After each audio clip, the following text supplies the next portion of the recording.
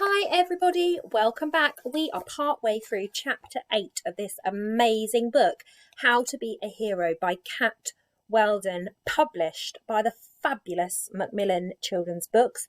Check out their website, they've got some glorious books on there. So, are you ready? This is the rest of chapter 8. Lotta glared as Whetstone slid forward on his belly, the branch quivering under him. He glanced upwards. The net trembled slightly in the breeze. Whetstone stretched out an arm, his fingertips just brushing against the harp frame. Behind him, Lotta sighed and snapped off a leaf from a nearby branch. "Here, use this." She passed it to him. "I can't believe I'm helping you.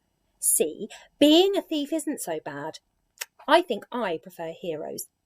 Carefully, Whetstone stretched out the leaf, knocking the harp on its side. The net shivered above him.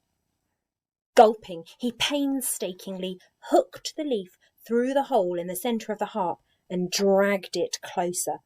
Sitting up, Whetstone twisted the wooden frame around in his hands. It was smooth and curiously warm. His fingers traced over fractures and breaks in the wood. The frame had once been carved out of a single piece of wood, but at some point it had been broken into pieces and then stuck back together again.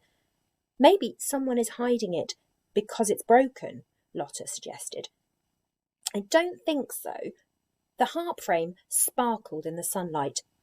Carved into one side of it were the words, "Skerra, I cut." I cut? That's a pretty weird thing to be written on a harp. Music can't cut, can it? "Depends how badly you play it," Lotta shuddered. "Just put it back and let's get out of here. That harp is giving me the creeps." "Fine, but I'm sure I've heard something about the Skerra harp before. I'm sure you talk about it all the time with your thief friends." "No," Whetstone said slowly, tracing the letters with his fingers and trying to remember. "I heard it somewhere else." Lotta stooped forward and tried to tug the wooden frame out of his hands. "Hey!" Whetstone clung on. Lotta yanked harder. "Let go, we've got to put it back and get the cup." "Get off, you'll have us both over." Whetstone pulled the harp out of Lotta's grasp. He stood up, clutching a nearby branch for support. "It's just an old harp, I bet no one even wants it. Let me take it back to Midgard." "You have got to be joking."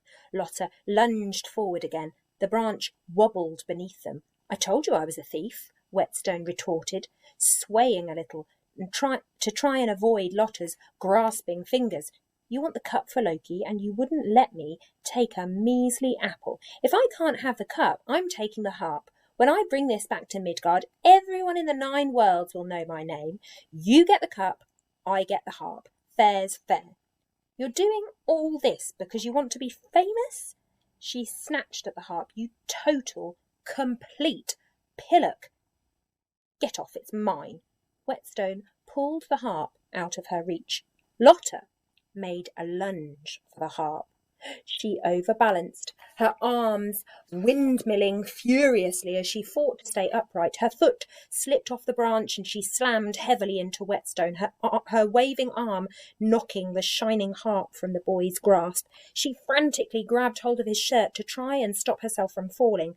Whetstone was yanked downward by Lotta's weight, his fingers scrabbling at the tree's bark, trying to find something to hold on to. His stomach rolled as the world swung sickeningly below him.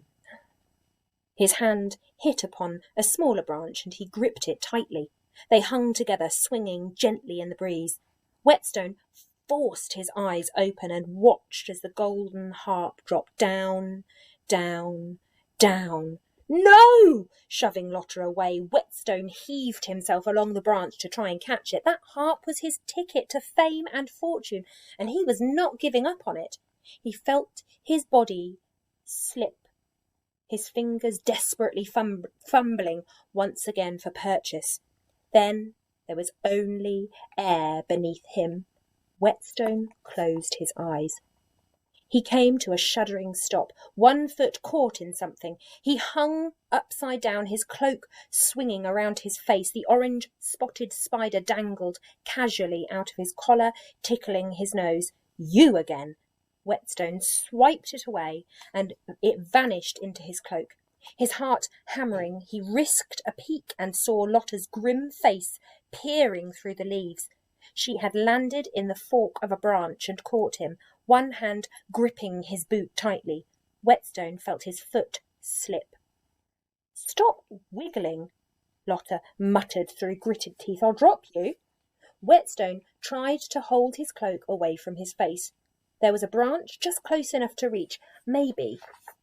He stretched out an arm as Lotta's hand slipped on his boot.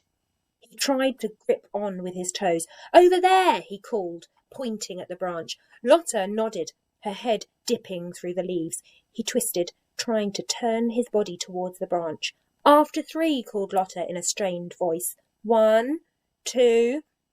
Her grip slipped again. 3. With a mighty heave, she swung the boy towards the tree branch and let go. He tumbled down with a crash of breaking branches. Slowly, Lotta parted the leaves with shaking fingers. "Whetstone, are you all right?" The tree shifted and creaked under her. A dirty and dishevelled head popped up. With a wave of relief, Lotta crawled along the branch and dropped down next to Whetstone. His face was red and blotchy from dangling upside down, but he laughed. Lotta laughed too, the panic pouring out of her. She rubbed her hands over her face and hiccuped, a giggle, before turning serious. What happened to the harp?